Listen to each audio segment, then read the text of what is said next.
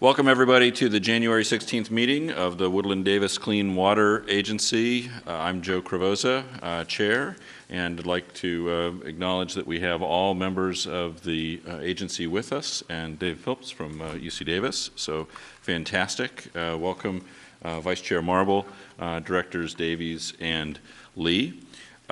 First order I see on the agenda here is approval of the agenda. And General Manager Deemer, any adjustments to the agenda? No. Okay. Could I have a motion to approve? Move approval. Moved by Director Marble, seconded by Director Davies. All those in favor signify by saying aye. Aye. Aye. Opposed? Motion carries 4-0.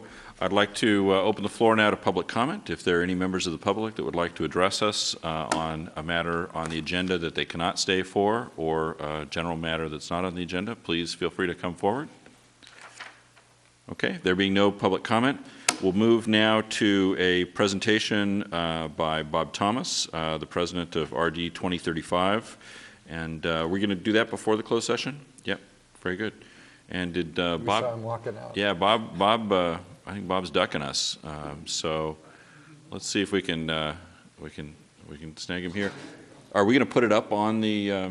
Is there anything to be put up, or is it? Oh, okay, fantastic. He said he shook our hands and said goodbye as Joe and I were walking up. So. Oh, I can.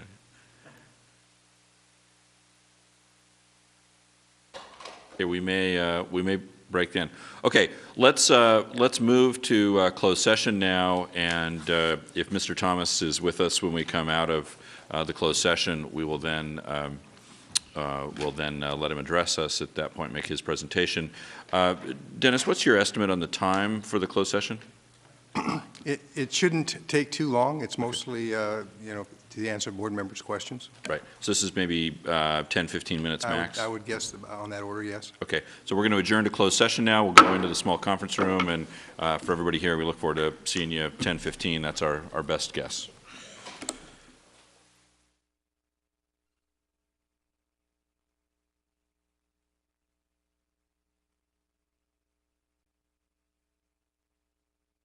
Okay, we will reconvene the meeting, the January 16 meeting of the Woodland Davis Clean Water Agency. We have no reportable action, of course, out of our closed session. We didn't anticipate such. I would like now to invite, though, Robert Thomas, President of RD 2035, who has a short presentation, I understand. And welcome, Bob. Thank you, Chair Cravoza and members of the board. I was having my own executive session outside, and you did the right thing by ignoring me and getting on with business, so I apologize for the delay. I'm here today on behalf of RD 2035 and Conway Ranch, and I have a short presentation. I'll keep this short because you have a lot on the agenda. But 3 years ago, Conway Ranch entered into a historic agreement with the Woodland Davis Clean Water Agency, RD 2035, and the two cities of Woodland and Davis to move forward and provide a secure, clean water supply for 120,000 people in the two cities. And as part of that agreement, we in fact entered into an agreement on a water sale. We entered into an agreement on an intake site, the first of which I think is an intake site that supplies both ag water and M&I water in the state of California. And 3 years ago, when we started this journey, we had no federal or state money. And today we have basically all of the federal money. We were notified, and Dennis was notified yesterday, that the feds have money in the budget for fish screens, and we're the #1 priority. So I expect shortly we're going to hear that we have all $16.6 million of federal money. And thanks to the effort of the two cities, especially the two mayors, and our leader from the beginning, Dr. Marble, we asked for $5 million from the state last year and got 10. And we are currently in the process, thanks to the leadership of your general manager, Dennis Deemer, who's really been the quarterback of trying to secure the additional $6.6 million. So we've come a long way on the funding. 3 years ago, as part of our agreement, Conway Ranch agreed to dedicate the intake site to the Clean Water Agency and to RD 2035, and to dedicate the water lines that run from the intake to the treatment plant and from the treatment plant to the city of Davis. And I'm pleased to announce we had a great ceremony the other day in which the deeds to those properties and the easements were presented to the Clean Water Agency and the two mayors at the event. Now, since 3 years ago, we've learned a lot. We've learned that individually, no one agency, whether it's RD 2035 or each city, could have done this by themselves. And when you talk about jurisdictions of this size, we've learned that wherever we can partner, we'll be more successful in terms of federal funding or getting the state to approve the water license or the Bureau to approve the water contract. And that's why you have before you today a series of addendums to the agreements we entered into 3 years ago. 3 years ago, we didn't know that we may in fact need a temporary water supply to test your treatment plant. That's in the addendum.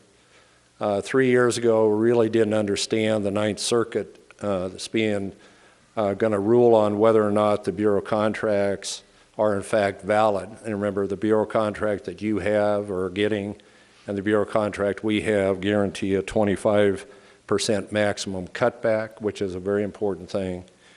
Unlike your Term 91 water that you purchased, which has a 95% cutback right now, and will probably have a 100% cutback as soon as the governor applies the emergency provision.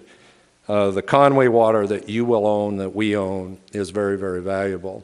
And not knowing what the Ninth Circuit might do, the addendum before you really has a backstop, because we at Conway believe that M&I water, water to people, is much more important than ag water. And so that backstop is in your agreement. We really didn't understand that while you have let a bid for your local project to include the treatment plant, if we are not diligent in getting that new intake together, and anytime you work in the river, a lot of things can happen, that not only might you need test water for your treatment plant to test it, but in fact, if that intake is not done, you need to supply your residents with that 10,000 acre feet of water. And in fact, the addendum identifies the fact that you can use the existing intake, if the new intake's not done, to provide that service, with the understanding that Conway will get other water, whether it's groundwater or whatever, to feed the plants, but you guys ought to get the surface water that's necessary to feed the people. 3 years ago, we didn't understand these things, and that's why the addendum addresses that, as well as some of our concerns relative to monetization. And if you look at the value of the addendum to the cities and the value to Conway Ranch, I think it's a pretty good trade-off. This partnership has worked well, and I really do want to thank Mayor Corvoza, Mayor Davies, and especially Dr. Marble, who's been really the leader of this effort, for all the hours you've spent with Dennis and I in the halls of Congress and in the halls of the state capitol, because it has paid off. So it's important that we move forward. I'm pleased to announce that the Conway Preservation Group ownership approved the addendum a day before yesterday that's before you. I'm pleased to announce that the RD 2035 board approved yesterday the amended intake agreement and the operational agreement. I'm pleased to announce that the RD 2035 board authorized the intake go out to bid, subject to your action today. So we have a lot we can be proud of. There's a lot that you can be proud of in terms of servicing the residents of both Woodland and Davis in terms of a reliable, secured water supply. In that addendum is one additional item that I think is important, especially in this year. We have a dry year, soon to be a critical year, soon to be a governor emergency declaration, and there are cities and jurisdictions and ag land up and down the valley that don't have enough water. And there's a major provision within this agreement that gives you the first right to negotiate additional water supplies if and when Conway sells water like we are this year. We sold about 6,000 acre-feet last year. Last year was a marginal water year. We'll probably be selling about 25,000 acre-feet of water this year because there are two reasons. One, there are jurisdictions like yours that don't have other water supplies, and we've got to make sure we have water to serve to our residents. And there are farmlands that have orchards and vineyards that, quite frankly, can't go a year without water. They lose the entire vineyard. And so rice farmers like myself can afford for land to be fallow in order to get water to maintain the economy of California, to get the trees and the orchards through this, what I think is going to be a very difficult year. So I want to thank the board. I particularly want to thank the mayors and Dr. Marble and Dennis Deemer, your general manager, for your leadership on this issue.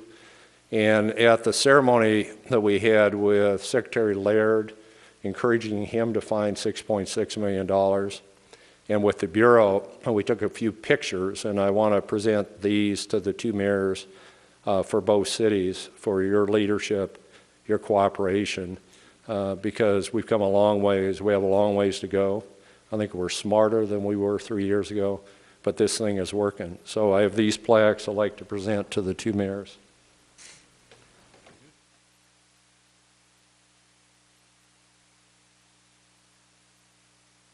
We'll spare. Thank you. Congratulations.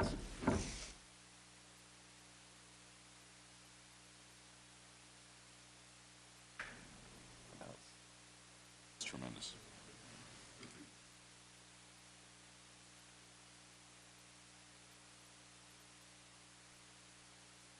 Okay, Mr. Thomas, thank you very, very much. And I think, as we always acknowledge in these situations, the past will be prologue. The many issues that we've worked through in the past simply indicate that we're going to have many more in the future that we will successfully get through for the agricultural and the residential interests of Yolo County and the region. So thank you very much, and please extend our appreciation to all of your colleagues, both at RD 2035 and CPG. So thank you.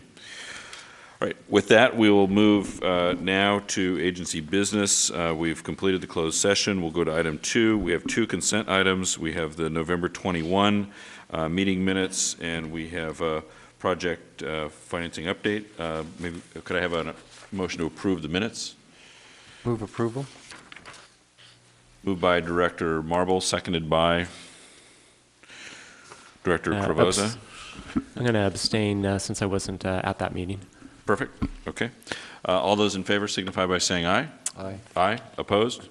And so it passes 3-1 with Director Lee abstaining. Thank you, Brett. We'll move to 2B now, the project financing update. And Paul, are you going to, as our treasurer, take us through this, or Dennis? This is for the board's information. Oh, okay. I was going to highlight. That's the big. I was going to highlight, summarize the information in that memo during my presentation. Okay, perfect. So actually, I only took a motion on the minutes, and so as a consent item, we actually do want to vote to formally accept the finance update. Okay. So. Item 2B. Okay. Director Davies moves 2B, seconded by Director Marble. All those in favor signify by saying aye. Aye. Aye. Opposed? Okay. Motion passes 4-0. Okay, let's go now to the project update by Dennis. Item 3, General Manager Deemer. Yes, Chair Cravoza and board members, thank you. It's been a very busy and productive 2 months since we last met in November, so I want to take a few minutes and just let you know what's been accomplished and what challenges we see ahead of us. I'll cover some recent accomplishments, go over some upcoming milestones that we hope to achieve, and then finish with a cost update and a project schedule update. Some very good news on the grant and loan front, specifically related to the SRF loans. Woodland has been offered a Safe Drinking Water Act SRF loan for their share of the regional facilities and their local facilities totaling $143 million. This offer, they've asked for a response within the next 60 days. The offer actually came in on December 31st. Has an interest rate of 1.7%, very favorable for a 20-year term. As we've discussed before, Woodland is eligible for the Safe Drinking Water SRF loan due to their severe nitrate contamination problems with their existing wells. Davis has been told that they would be eligible either with a consolidation of North Davis Meadows. And just in this past few days, the state has indicated that they intend to proceed fairly quickly with the issuance of a MCL for hexavalent chrome. They're talking the April timeframe, and to the extent that they maintain that timeframe, it may present an opportunity for Davis to be eligible for Safe Drinking Water Act SRF as a result of their hexavalent chrome issues. This might be a nice backstop to the other loan application that has been filed. And that's the, as we've discussed before, the Clean Water SRF. There's an application on file with the State Board for $211 million. The application review process is going very well. This loan would cover both the regional facilities for Davis and Woodland, would not include the local facilities. The other interesting provision of the Clean Water SRF is that it is a 30-year term for the loan. And we, at a meeting recently, were told by the State Board staff that they are scheduling consideration of the loan application for their February 18th meeting. So that's the first time that we've actually been provided a date. And at the staff level, the review application process is nearing completion. So we should have news, and hopefully good news, on the Clean Water SRF here within a month or so. We do continue to pursue our grants for the intake facility. We are seeking $3 million additional from the feds. The outlook is good, as Mr. Thomas reported. The money has been identified, available money has been identified in the federal budget. There is a visit to Washington, D.C. that's being planned for March 3rd to March 6th. This is a larger delegation that has been going back to Washington annually for the last 2 years. It includes representatives from Natomas and Meridian, who are the other two screening projects on the Sacramento River. Dr. Marble has indicated his interest in attending that session. I was planning to attend. We'll have a representative from RD 2035. I think we'll be well represented. If other board members wanted to attend as well, that would be even better. So we'll get a note out to you shortly, the other board members, if soliciting your interest. And then on the state side, we are still seeking $6.6 million. We've received 10, and we're working very closely and effectively with RD 2035 to identify the source of those funds or provide a funding mechanism in the FY15 May revised budget. This is on your agenda for later this afternoon, but we did finalize the 3 agreements with Reclamation District 2035, an addendum to the intake and diversion agreement that provides water for and use of RD 2035 facilities for startup and interim operations, the clarification and addendum to the water agreement, which provides a water backstop in the event of an adverse NRDC lawsuit, and the use of the CPG water for startup and interim operations, and a waiver of the city's rights to prepay the promissory notes in the future. And then finally, revised joint intake operations agreement. This agreement was actually approved by this board at our November meeting. Since that time, we've added some clarification on the cost-sharing provisions for the WAPA power at the intake facility. So that's why that one is back for your consideration again today. In terms of the CH2M Health Service contract, a lot is happening as they are designing the facilities and getting ready to start construction. We've received and reviewed a number of contract deliverables. They have submitted a baseline schedule and schedule of values for judging progress and for payment. Just this week, we received the 30% design submittal and an early site work design submittal. Their plan right now is to start moving dirt in March of this year, weather permitting. So we'll talk a little bit more about that as we go through the schedule. Also on your agenda this afternoon is a recommendation for construction consultant services. We have been through our solicitation of proposal process, interview process. The firm of Somas has been selected as the best qualified and is recommended for your consideration today. And that's, as I said, is on the agenda later. We have made significant progress on the final joint intake project. The design is complete. The agency equipment at the intake facility has been included in that design package, as well as the requirements for the administration of the SRF loan, the contractor's compliance with those requirements. We did provide Reclamation District 2035 with the authorization to initiate bids following our review of the plans and specs, our review of the final cost estimate, et cetera. And as Mr. Thomas indicated, the bid period will start tomorrow, 45-day bid period with bids expected March 5th. And 4 contractors have been pre-qualified to bid on the project: Kiewit, Balfour Beatty, Ovra, and Ziblon Reed.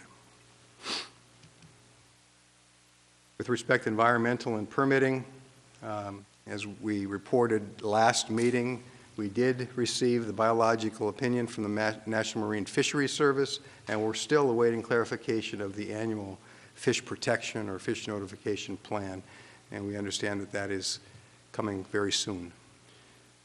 We did receive a finding of no significant impact from the Bureau, so at this point we're down to 2 key permits that are still needed for the project: the Army Corps 404 permit and the State 401 water certification. Also this past week, we began negotiations for the purchase of environmental mitigation credits with Westervelt and Wildlands. These are credits that are required as a part of the 404 permit that are for mitigation of impacted lands that along our pipeline alignment, as well as impacts to the riparian habitat along the river. On the land and right-of-way acquisitions, we completed the friendly condemnation of the Riverbank Road. You'll recall this is the property where the ownership was in question, and so we through the court process have obtained the property rights for that property. We did complete acquisition of the Hydric parcel, and also on your agenda later today is the lease agreement with Woodland for the 2 additional sludge drying beds. Upcoming milestones and activities: we will obviously continue to pursue our SRF loans. As I mentioned, the agency, the State Board, is set February 18th as the date for consideration of our application.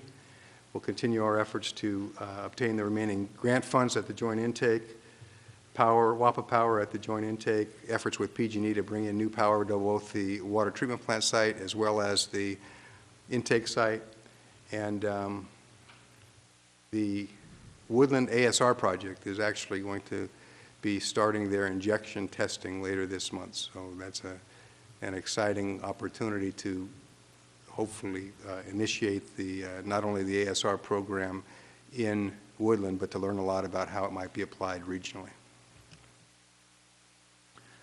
As I mentioned, the list is getting shorter for our permits and remaining activities, but the 404 permit and the State 401 are important permits that need to be obtained before we can proceed with the actual construction. We need to complete the negotiations for the environmental mitigation credits. We need to finalize the escrow for the water treatment plant site. purchased from the city of Woodland, and we need to complete negotiations for final property easements, the transverse easement with the railroad at the joint intake site, and one remaining parcel, the Lillard parcel, along the Davis finished water transmission main. As I mentioned, we'll be receiving bids for the joint intake facility in March 5th. We'll be reviewing the 30% design submittal from CH2M Hill, as well as their early site work submittal. And we'll continue to work with the Yolo County Farm Bureau for the pending closure of Road 22 when we install the raw water pipeline. This is a slide that you've seen before. Our total capital cost remains $228 million. This is the total capital cost price that includes the final service contract with CH2M Hill of $141.2 million.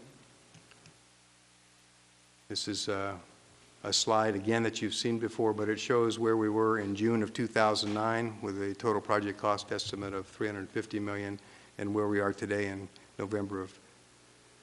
January of 2014 at $228 million.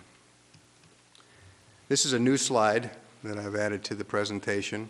And what's shown in green, this is our construction milestones. What's shown in green are the milestones for the joint intake project.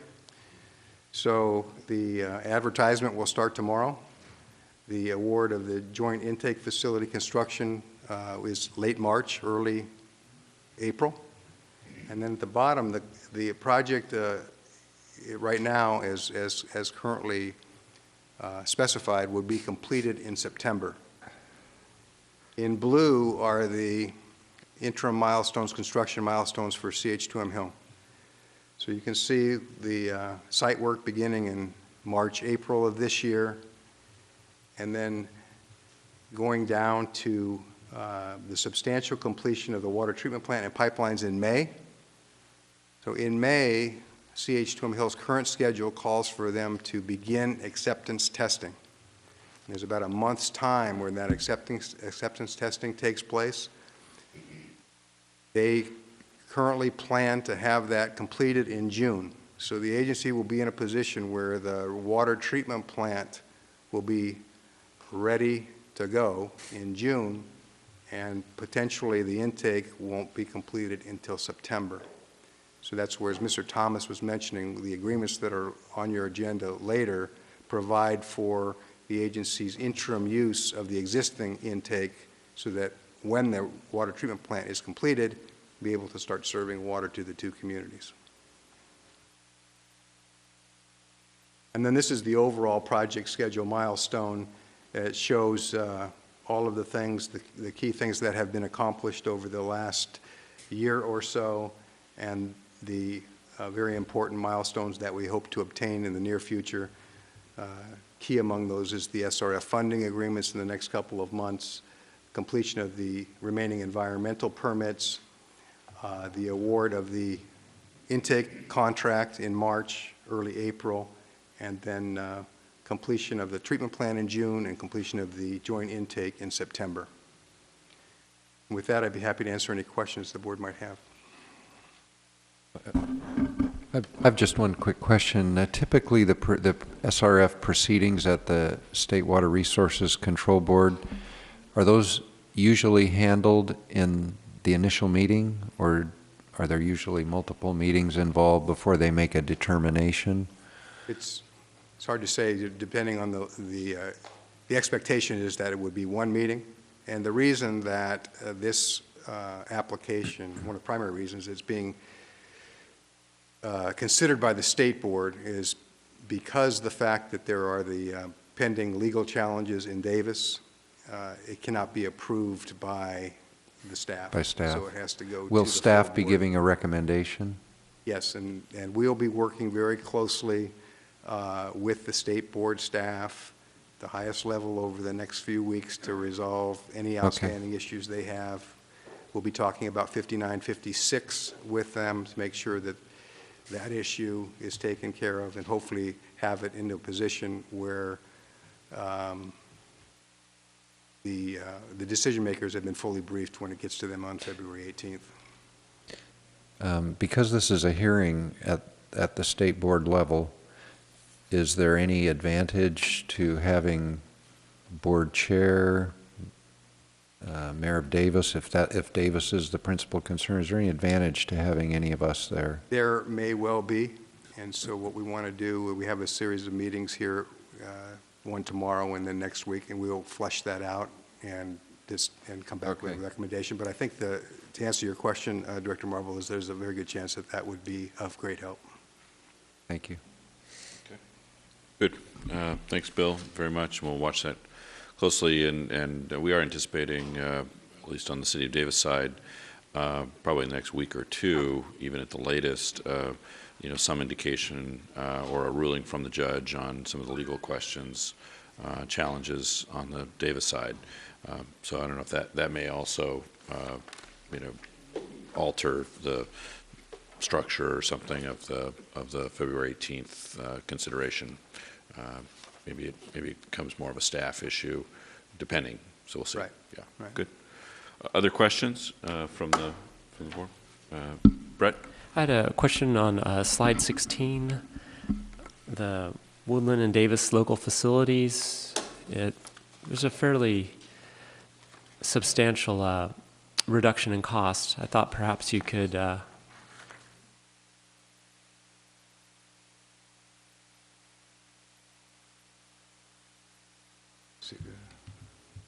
Yeah. So third from the bottom, just initially it started out at 73 million and it's gone down to 31. Was hoping that maybe you could give some examples of how that cost sort of got whittled down.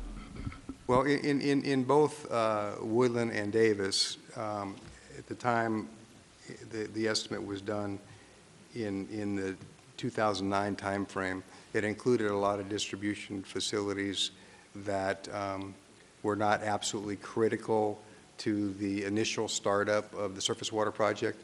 So over the course of the last So that would be estimates, like an additional storage tank and things like that. a lot of the a number of the facilities were determined to be not specifically tied to the surface water project, but still in the city's capital plans, and or facilities that were not required right away and that could be deferred into 5 or 10 years down the road.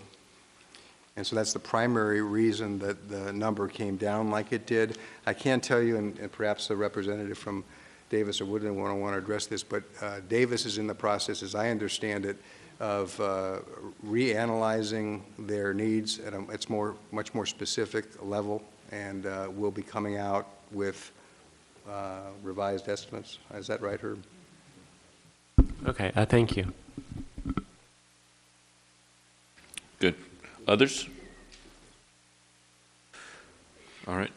Dennis, I am going to ask the question you can predict, which is, we are interested in the, potential, generation of renewables at the site, and Terra Verde as a firm has been brought on to make that evaluation, and I'd like to ask that, kind of periodically we get an update at the board of where they are in that process, and potentially that is in collaboration with other groups, so if we could kind of put that onto this report as a piece. Sure, and we'll start with that at our next meeting. Okay, great. Others? Okay, Dennis? I just, before we move on, I wanted to mention 2 events that are coming up. One is the Meet the Contractor meeting. You should have all received a notice about that, and we're sending out another notice here shortly, but that's January 23rd at 6:30 p.m. at the Davis Senior Center. There's an opportunity for the residents to meet C.H. Tom Hill, learn about the project, learn about the construction activities, and the overall benefits that the project will provide. The second event that I wanted to ask you to place on your calendars is a groundbreaking ceremony, and we've targeted April 10th at 10 a.m. And hopefully, if that's acceptable to the board, we would want to start getting out notices to a broader list here in the next week or so. Okay. You don't want responses now on that date? No, I would just ask if there's a problem with that date, please let me know in the next day or so, because we'll want to get the notice out here next week. Good, good. All right, is that it for the update? Yes. Okay.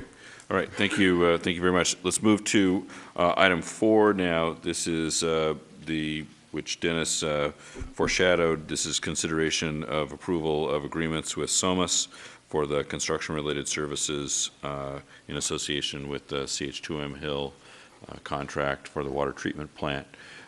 Dennis, would you like to present the item briefly? Yeah, We've got the staff report.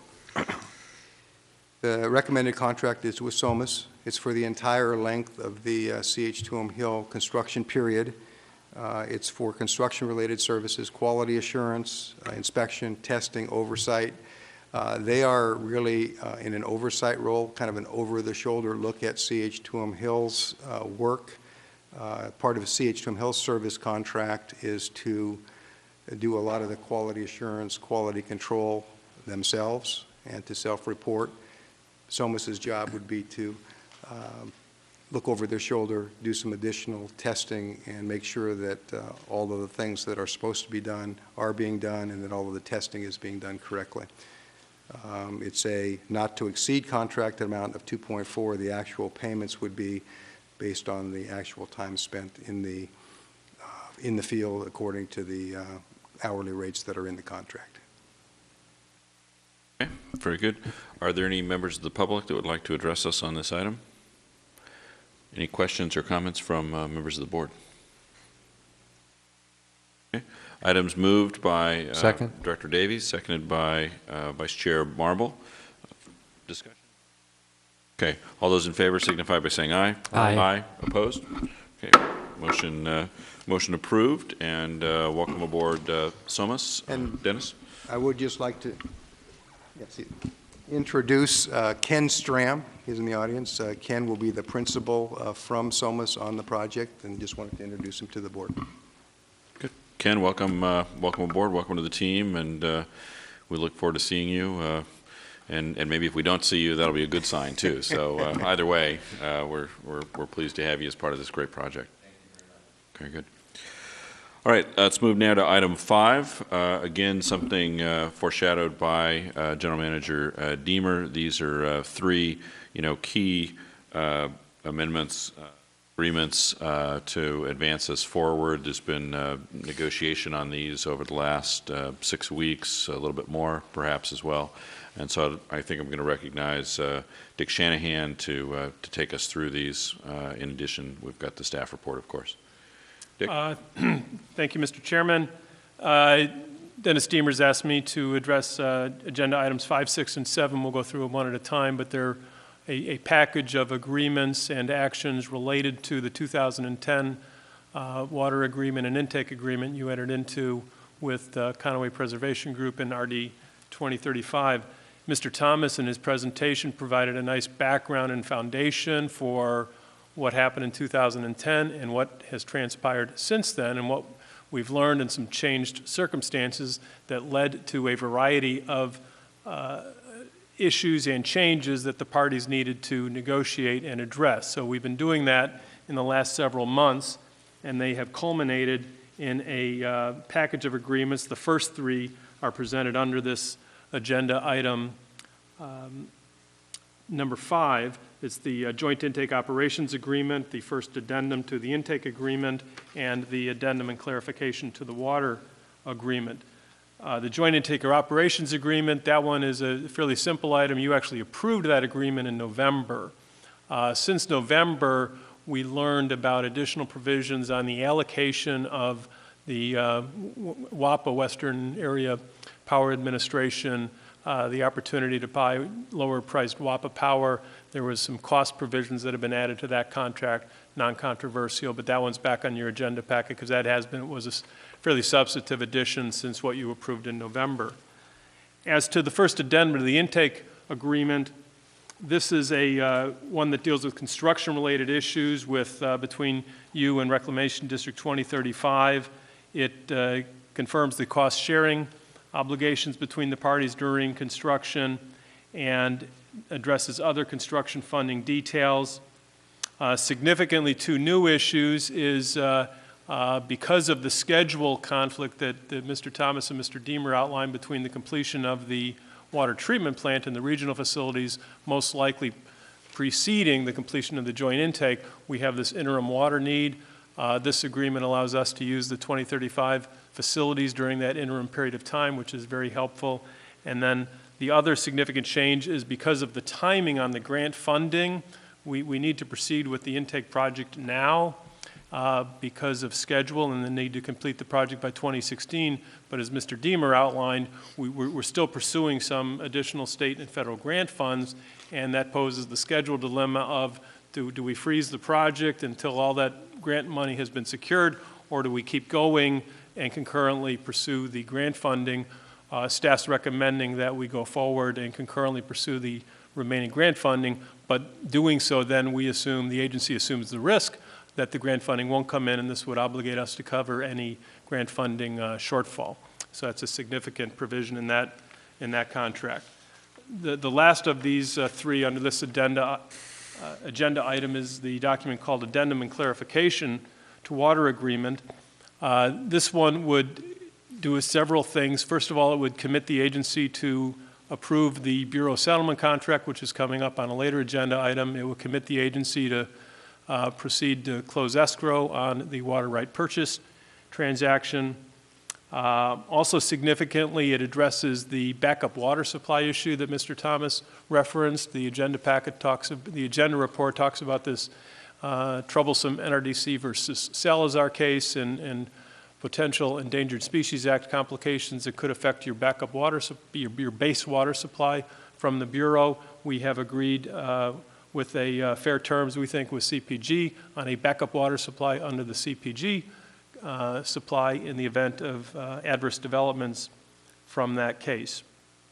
Similarly, on the interim use of water in 2016, CPG also allows us to use their facilities as part of the covering the schedule gap in 2016 when we're going to need water before the intake is completed.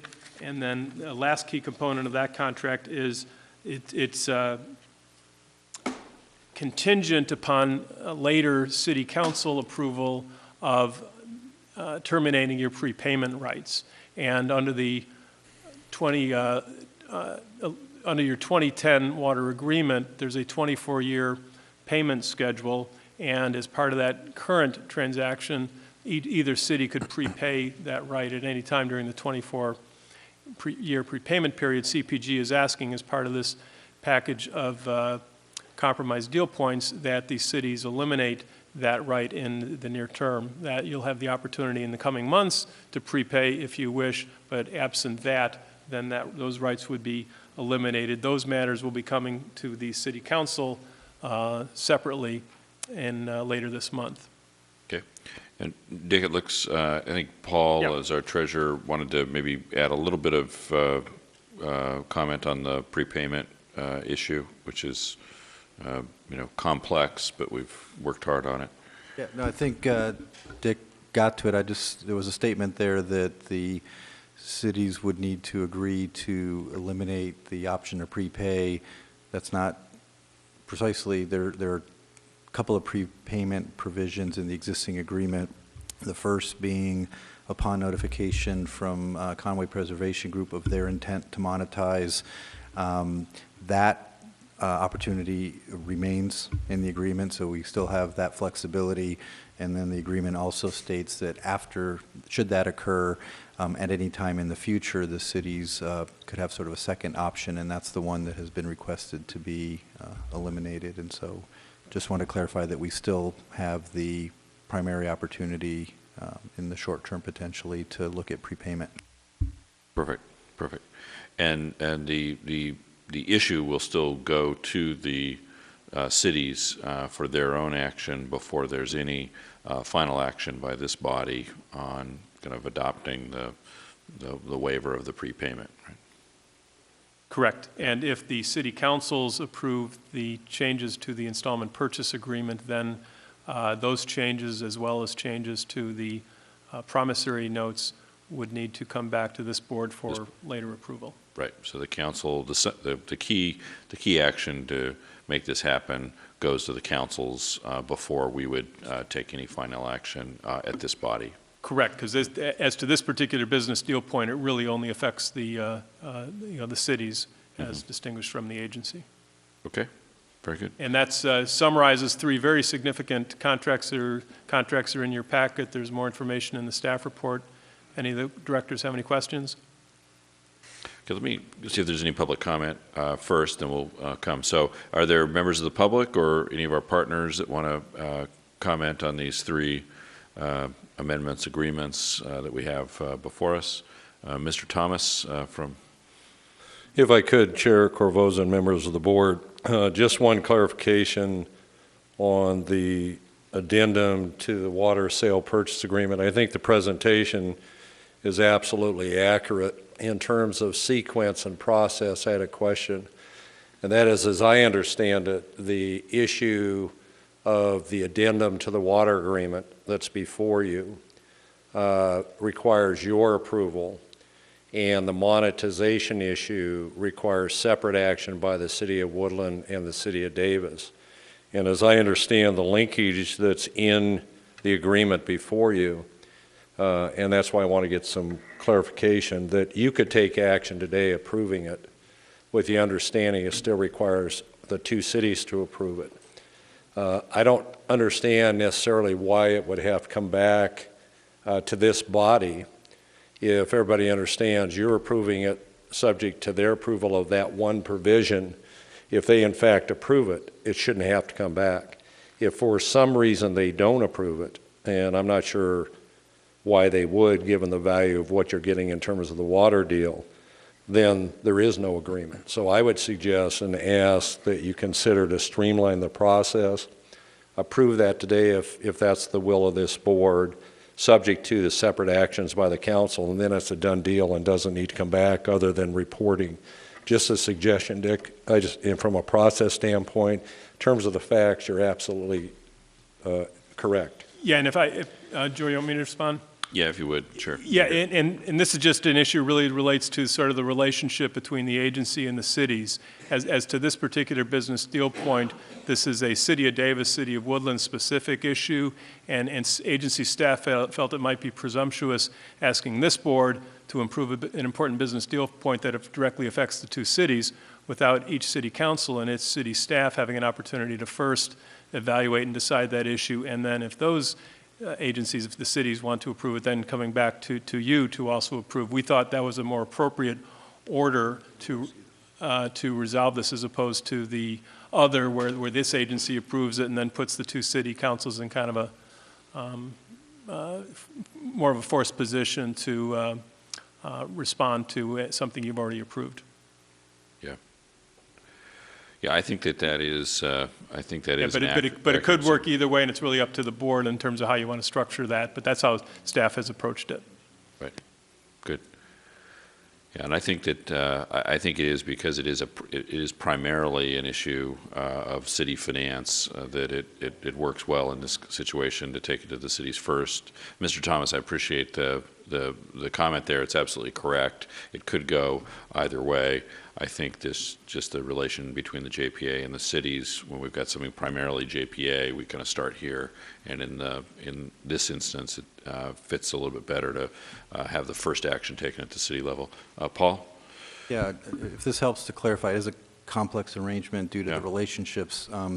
Actually, you know, the board is being asked to take action tonight on the package, and there's reference in there that the whole agreement is in part contingent on the cities taking action. Just clarifying with Mr. Thomas that I believe that the only item that would come back to this board has to do with the companion promissory note that is actually an agreement between the board and CPG that also has a prepayment. So the council, or excuse me, the board, for all intents and purposes, is being asked today to take action to approve the entire package of agreements Right. contingent on the cities taking action, and then I would argue it's kind of a housekeeping item to bring back the promissory note to the board pending action by the two cities.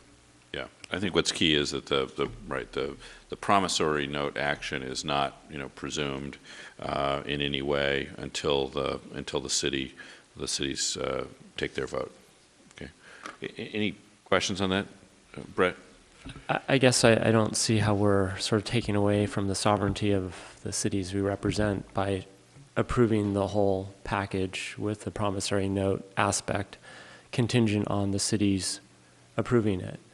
I mean, we're essentially recommending that the cities approve it. So, I mean, not to get in a big, long discussion up here, but the cities have the full ability to decline. And if they do decline, then the deal is not struck, right? Because this is a package deal. So if one aspect is not approved, then the deal does not move forward. So I don't see why this would need to come back to us if we're ready to approve the entire package this afternoon.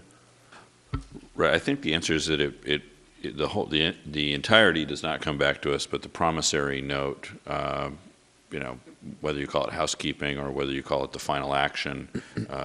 Unfortunately, the short answer to this, and this is just the way agency staff has structured the agenda, is we did not put those items on this meeting's agenda. So, because it's really there's two agreements. There's an installment purchase agreement, and then there's a promissory note. You have an installment purchase agreement with each city, and then a promissory note, two promissory notes with CPG, and it's those documents that need to be approved to implement this prepayment change. Those items are not called out on this agenda for approval. But correct me if I'm wrong, they could be added to the agenda by an emergency vote of the... No, not really, Bill, because it's really not, these aren't new facts that came to the attention of staff since the agenda was posted. Right. We'll just say, if it's a matter of timing, we could either consider this at our next regular scheduled board meeting, or if it was needed, action by this board was needed sooner, we could schedule a special board meeting. So if it's a timing issue, I think we can deal with it just with the scheduling of our next meeting. Okay. Yeah, that sounds good. And why don't we work that out, as needed, given the different timing considerations. Can I just add one other thing? And I understand and didn't understand until Dick said it, is what's not before you is a promissory note between the cities and the agency. Is that correct? That requires some action? And the installment. Promissory note, agency The promissory and notes CPG. are between CPG and the agency. Yeah, and we understand that. It would be important, though, since you don't meet on a regular basis, that once the cities take their independent action, because really it's their action that finalizes the whole deal, that we would hope we aren't on your next meeting, which is March, April, May, or June, or whenever it is, and would ask you consider to accelerate your meeting to finalize that piece of the document. That's our only request. Yeah, I think we'd be pleased to do that. Yes, we'll do that. And yeah, is that acceptable to the board? Yeah. Okay. Very good. Further questions on these agreements? Okay. Do we need to approve them individually, or? There's a proposed motion in the staff report that staff recommends. Okay. That would include all three agreements in the single motion. I'm happy to make that motion. Okay, we've got the staff recommendation has been moved for item 5. Is there further discussion by the board? Okay, moved by Vice Chair Marble. Do I have a second to the motion? I'll second it. Okay, seconded by Director Lee. Any more discussion? All those in favor signify by saying aye. Aye. Aye. Opposed? The motion carries 4-0. Go now to item 6. This is consideration of adoption of the resolution related to contract between the Bureau of Reclamation and Woodland Davis Clean Water Agency for the diversion of water from the Sacramento River, settling the water rights disputes that are kind of out there. So, Dick, do you want to present this? Yes, just following up on the prior agenda item, as the staff report explains, in terms of the conveyance documents, conveyance actions that actually implement the agency's purchase of the 10,000 acre feet. There's three key components of that. Component one was the State Water Board issuance of water right licenses to the agency, which was done a year or two ago. Item two is there's actually going to be a deed transferring the water rights from CPG to the agency. That's the next agenda item. And then the third key component of that water right conveyance is this item, which is a contract between the agency and the United States Bureau of Reclamation. This is a very significant contract for the agency, especially in years like this one is shaping up to be, because the Bureau operates Shasta Dam and Reservoir, and in a water short year, much of the water coming down the Sacramento River is not natural flow that you could divert under your State Water Board license, but rather that's water being released from storage from the Bureau's Shasta project. And this settlement contract that the Bureau has entered into decades ago with the Sacramento River settlement contractors, and which would be assigned to the agency, allows you in water short years and in summertime to take water instead of under your water rights. It would be taking water under this Bureau settlement contract. And it's a very significant, valuable thing that the agency is purchasing as part of this transaction. And in critical dry years, your water supply would be reduced from the purchased 10,000 acre feet to 7,500 acre feet. But even in a critically short year, that 7,500 acre feet per year will prove to be a very substantial, valuable water supply. And so with that, it's a substantial, long contract. It's summarized in the agenda packet. I'm happy to answer any other questions, but staff recommends approval of the Bureau settlement contract. Okay. Is there any public comment on this item for us? There being none, questions, comments, and Dick is certainly right. This is, this is the big one. This connects us to the Bureau settlement contract world up and down the Central Valley, and really sets this whole project in motion once we've got these rights. So. I move the recommended action. Good. Moved by Director Davies. Do I have a second? I'll second. Thank you. Seconded by Director Lee. Any further discussion? All those in favor signify by saying aye. Aye. Opposed? Motion carries 4-0. Go to item 7 now. This is the grant deed from Conway Preservation Group conveying certain appropriative water rights and authorizing close of escrow under 2010 water agreement. So we've moved from the settlement rights with the Bureau now to the appropriative water rights held by CPG. And again, we're kind of taking these over. Thank you, Joe. And this is the sort of third and final piece to the transaction. The 2010 water right purchase agreement provides that at the time you're ready to close escrow, as there is in similar real property transactions, there will be an actual deed from seller to buyer conveying the asset being purchased. Here it's the underlying water rights, and we plan to have that deed recorded in the Yolo County Recorder's Office. And for deeds of this nature to a local government agency, it's got to be evidenced by a resolution of acceptance or a certificate, and this resolution authorizes your general manager to accept that deed by certificate so it can get recorded. And staff recommends approval. Okay. Is there any public comment on this item?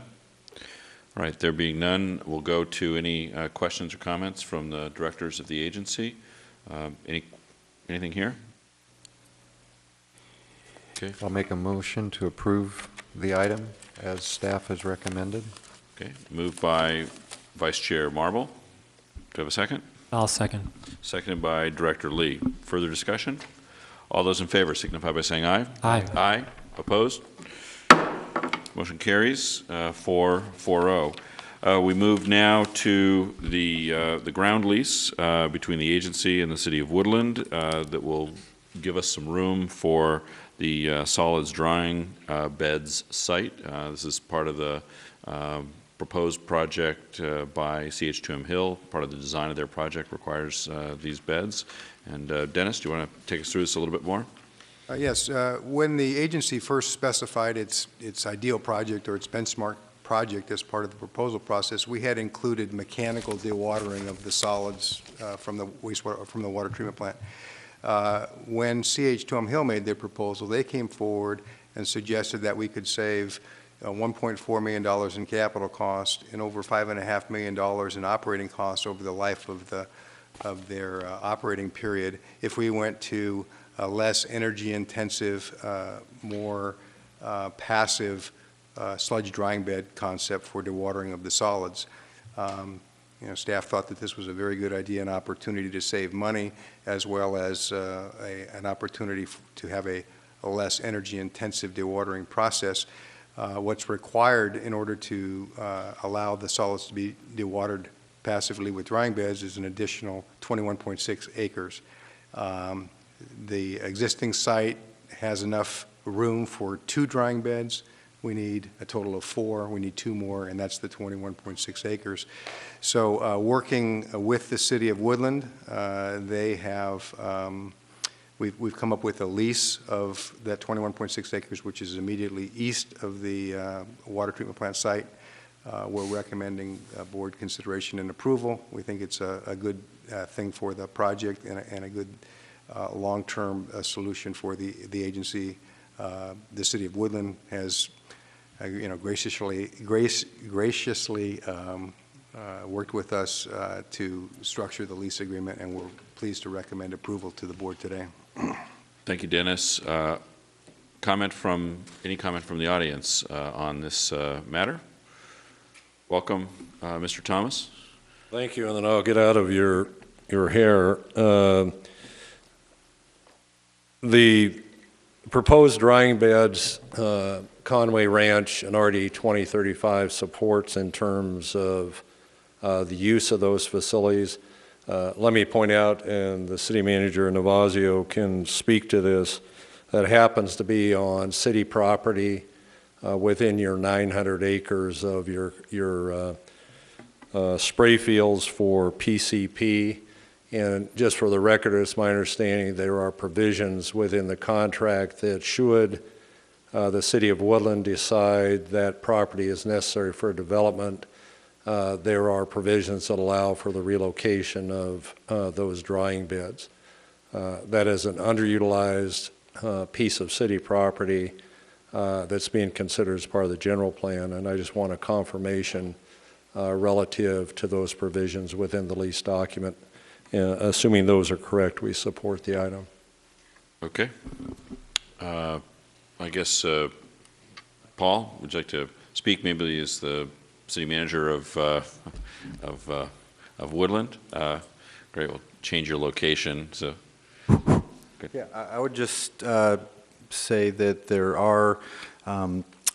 there's a termination provision. It's not with respect to any particular event, but basically we wanted to preserve, from the City of Woodland's perspective, the right, should the need arise, to be able to have a termination clause, and it's written in such a way that sort of by mutual agreement of the parties. So I just wanted to relate to the board that it's not the City of Woodland's intent to retain the ability to evict the JPA from it, but we just want to make sure that while it's basically a 15-year term roughly from the time that you go online, that we reserve the right under mutual agreement with the JPA to terminate it, which would imply that we've identified an appropriate alternative location. But for all intents and purposes, Woodland, first of all, this item will be on the Woodland Council agenda next Tuesday night, and it's our intent to provide the site under the terms to meet the needs of the agency while retaining flexibility if we have an alternative site for you between now and the end of the term of the lease. Okay. Very good. Thank you, Paul, City Manager of Woodland. All right, any further comment from the audience? Okay. With that, any questions or comments from our directors here on the agency? Yeah, I was the one that was pushing that issue. We do have additional land available if we need those, and so I met out there several months ago with Dennis and Paul, And so we need to look at some options. You know, I may not be here when we need this land, but we may need it, or it may be a better spot, better use of this land. So I think the alternative that was placed in the document allows for that flexibility. It not going to be for a while, but it allows us for that flexibility in the future. And I just think that's absolutely necessary for our cities to understand that. Just to the south a ways, there's additional land available. Okay, that's helpful. Others? You want to make a motion? Well, actually, I do want to ask a question on this.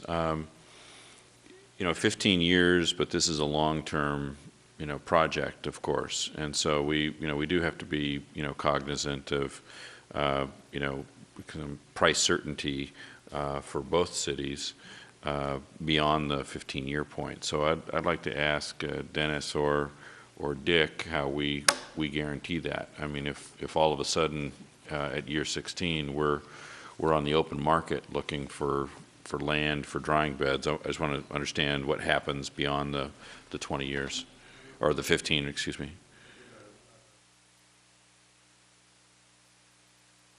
Fill in with more detail. There's actually a couple of different termination provisions in the agreement. One is, as Paul Navasio described, by mutual consent. If at any point in time the agency decides that there's a better option, a better site, a better way to dewater or dispose of the solids, then we can work that out and terminate early. The other provision is what was Mr. Thomas was referring to, and there are provisions in the lease that if the flood issues can be resolved, and if the City of Woodlands general plan allows for it, the lease could actually be terminated 13 years into the 15-year operating period that CH2M Hill will operate the treatment plant for.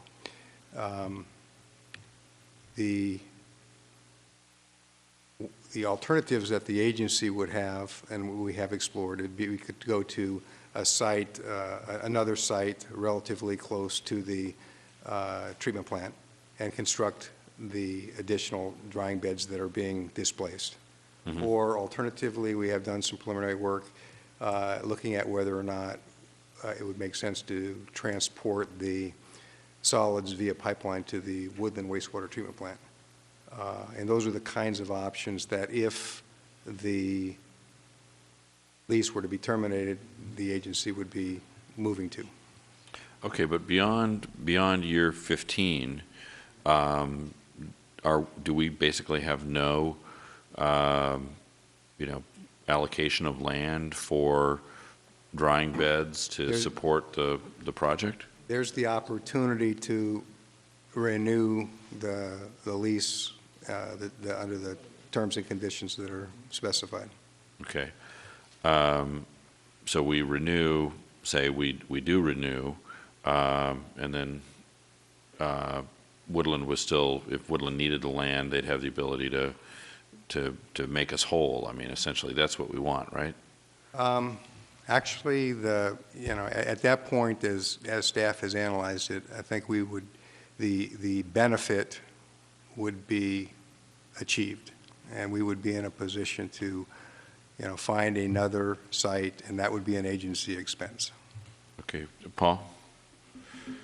I hope I got this right, and Dick can chime in, but I want to be clear. I mean, there's a base 15-year term, but the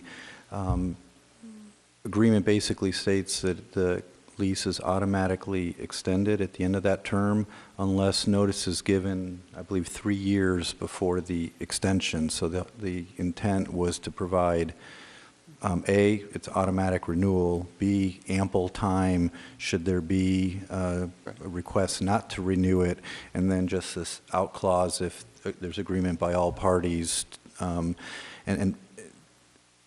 for a different location. And part of the thinking there, I would just add, is that the concept that came up in the CH2M Hill proposal, and the board was looking to strike that contract, we were looking, frankly, at a number of possibilities and sites. The drying bed and the lease pertains to the easiest, quickest, most obvious, but we want to retain the option. So I think, again, the intent is to continue to provide a location in the short term, or at least for the 15 years, but continue to look at alternatives that might be both beneficial to the agency and provide City of Woodland flexibility. But it is an automatically extending term. And it extends for a period of how many years when it extends? It's a, well, go ahead. 3 years. Yeah, at that point, then, it can renew. I don't think there's a limit on the 3-year renewals if no party takes an exercise to terminate. Then the successive 3-year renewals continue Automatically? automatically. Okay. If there's no, then after 2031, the lease just continues unless one of the parties gives notice to terminate. Okay. All right. Joe, Paul? Mr. Mayor, I would just add, or Board President, that we also intended really to have the term of the lease coincide with the term of the agency's operating Right. agreement with CH2M Hill. So the intent, I think, is for it to match parallel where the agency is with its operating service contract. Okay. Well, I appreciate this. I think it is good to have it, discussed here, and I'm comfortable with how the whole piece is structured because both cities have a vested interest in low-cost drying beds and saving money through that technology. And so obviously if we got to the point of having to find a new location, Woodland, just like Davis, is going to be highly motivated to find the lowest cost solution to accommodate the beds. And you also don't know what the technology might be at that point in time, and maybe we need less land at that point. Maybe there's new technology that we'd want to bring into the plant. So I am comfortable with this, but I appreciate understanding exactly how it's going to work. So, okay. Further questions or discussion? Okay. All right. I'd like to entertain a motion then. And I'll move this since I asked questions. So I move adoption of item 8, staff recommendation. Okay. Seconded by Director Davies, and it kind of makes sense not for the lead of the motion to be Woodland, given that we're buying or leasing it from you guys. Further discussion? All those in favor signify by saying aye. Aye. Aye. Opposed? Okay. Motion carries 4-0. Now to another resolution. This is amending a resolution regarding reimbursement of water supply project expenditures from SRF funds. And Dennis? This is related to the Clean Water SRF application with the State Board. This is essentially a housekeeping item. The Board adopted these 2 resolutions back in June. We're simply asking that they be updated. The first one, the resolution pledging revenues, we're just making a minor change to correct the application number for the project. And the second one, the resolution declaring intention to seek reimbursement, simply updates the amount of the loan that is being requested. It was $194 million. The new number is $210 million, and the reasons for that is explained in the staff report. So staff is recommending approval of these 2 updated resolutions. Okay, very good. Is there any comment from the public on this item? Okay, there being none, questions or comments from the board? Okay. Move approval? Moved by Vice Chair Marble, seconded by Director Cravoza. And further discussion? All those in favor signify by saying aye. Aye. Aye. Opposed? Motion carries 4.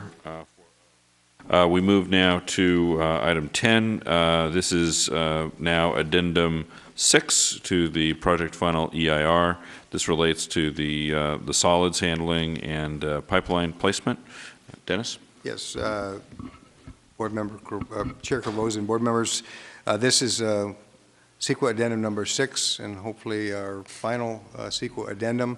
This relates to the sludge drying beds and the environmental review of that additional drying bed acreage is documented in the report. What the addendum concludes is that there are no new significant impacts associated with the construction of the 2 additional drying beds, and that there is nothing in the environmental analysis that would suggest a new environmental impact report would need to be undertaken. So with that, we're recommending board approval. Okay, very good. Are there any members of the public that would like to address us on this item?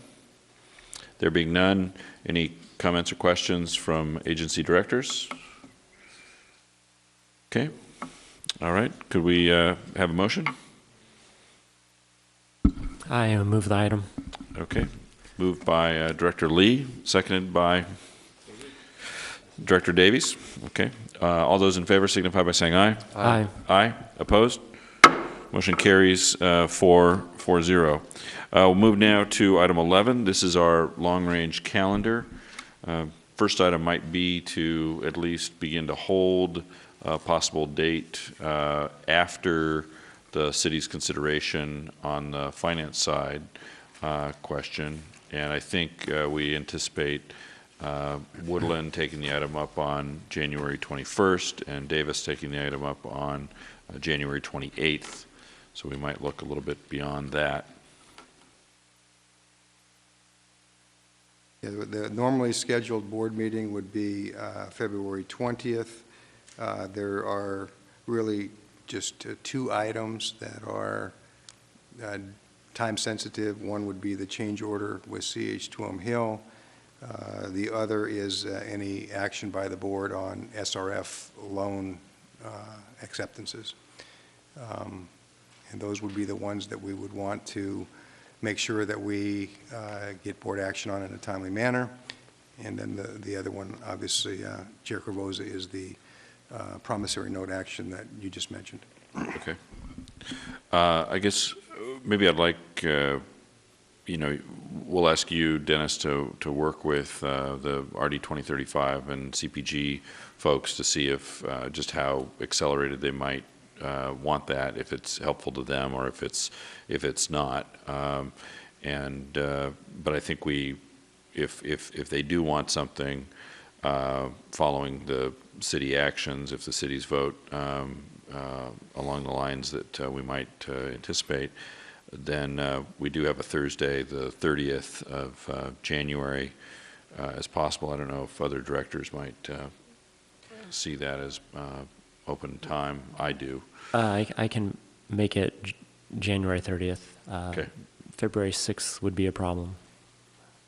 Let me suggest that we do that. We will talk with representatives from CPG and identify, how quickly they would like the agency action to take place, and then we'll work with the board members to find a time and a date that works. Okay, great.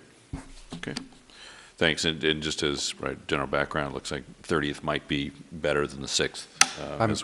I'm out of the state on that day, so. On the 30th? Yes, but Okay. I'm sure Jim's here and could handle that. Okay, great. Thanks, Jim. And lots more. All right, Dennis, other items on long-range calendar?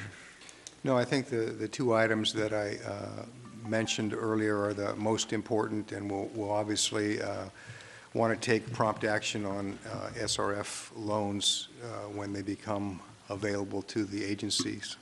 Okay. Sure, Brett? So with those items, if we did have a meeting sooner than originally scheduled, let's just say, for the sake of argument, January 30th, those items would be ready for the board to consider at that point?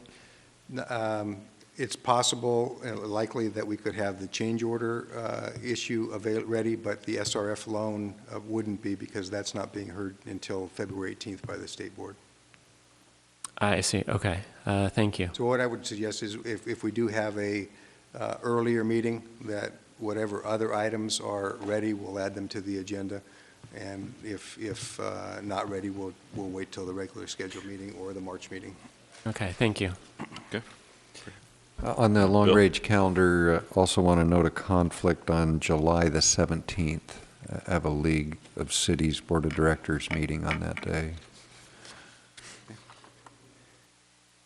I think as you can see from the calendar, once we get to April, for the last 4 months or so, it's pretty light. So I think we'll work to make sure that we combine items that need attention at a single meeting and hopefully not have to have a meeting every month. Okay. We ready to move to item 12, correspondence now? Okay, let's go there. I don't know that there's a lot to do in correspondence. Thank you for the correspondence. I just wanted to provide the board with copies of the letters that have been received and sent. Very good. Technical Advisory Committee comments? Anything from the Technical Advisory Committee? Greg? Actually, the City of Davis is pursuing the local projects that will enable us to deliver surface water to the city residents. We're in the process of retaining a design consultant for those local facilities. We have almost completed the environmental impact report for the local facilities, and we are in the process of retaining an outreach consultant so that we can do the outreach to the community. That's the $35 million worth of local improvements in order to optimize the delivery of surface water. Okay, very good. Greg, anything from, okay. Thank you both very much for being with us today. Any comments from the board? Anybody have anything to add? All right. Anything, Dave, from university? Okay, thanks for being with us today. Appreciate it very much. With that, I'd like a motion to adjourn. Moved by Davies, seconded by Second. Marble. All those in favor? Aye. Aye. We stand adjourned. Very good. Thank you all.